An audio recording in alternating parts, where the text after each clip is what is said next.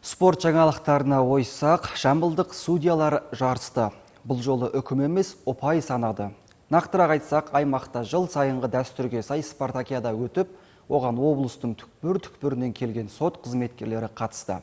Сала мамандары 9 спорт түрінен сынға түсті.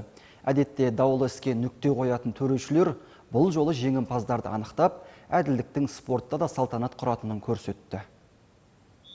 Талай тағдырды таразылаған судьялар бұл жолы спорт алаңында бақ сынады. Волейболдан бастап үстел теннисіне дейінгі 9 спорт түрінен өткен жарыстарда қатысушылар өзара мықтыны анықтап, тартысты бәсеке көрсетті.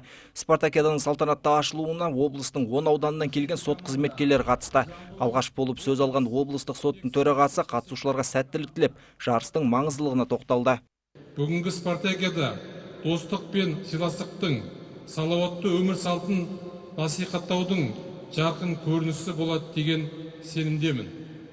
Жарыс алдында әрбір қатысушы өз командасының намысын қорғап қана қоймай, әділ бәсекенің үлгісін көрсетеді деп ойлаймын.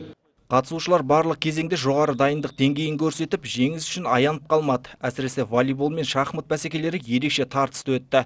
Күнделікті жұмысы спортпен байланысты болмаса да, олар тыңғылықты дайындықпен келгендерін айтады. Бұл тек қана облыс деңгейінде емес, республика деңгейінде де өтіп жатқан жағдайы бар.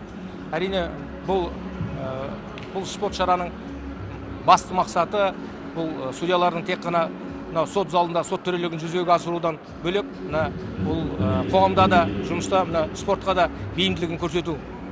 Жарыс қорытындысы бойынша жеңімпаздар анықталып, арнайы дипломдар, кубоктар және естелік сыйлықтармен марапатталды. Сондай-ақ спартакиадаға белсене қатысқан бірқатар сот қызметкерлеріне алғыс хаттар табысталды. Қанат Күзберген, Тілеуқабыл Саржан, Айқын ақпарат.